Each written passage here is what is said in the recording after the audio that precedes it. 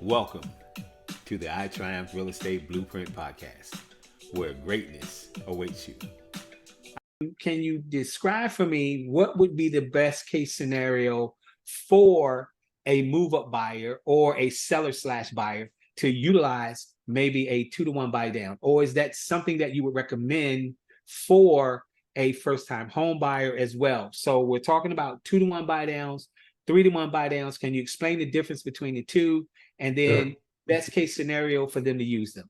Yeah. So a 2-to-1 buy down or a 3-to-1 buy down means that whatever the prevailing rate is right now, let's say it's 8%, they would Mhm. drop it down to 6% for the first year.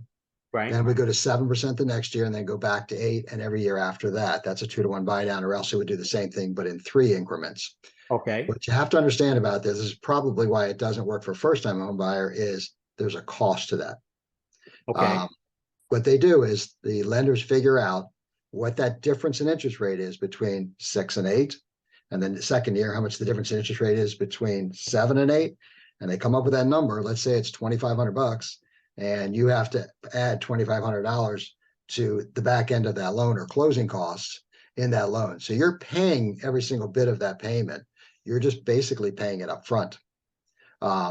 Some people do that because it makes them more comfortable for the first 2 years as far as making the payments, but you've basically paid them all that interest up front. So I haven't seen a whole lot of people doing it. It sounds great.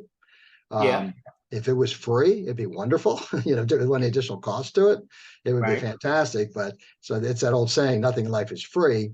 Right. But where it can come into the plus is if you're selling a home and maybe having a little tough time selling it, to be able to offer out there, on this particular house, it qualifies for a 2-1 buy down, and you're giving them seller help to cover that so it doesn't get passed on to the buyer.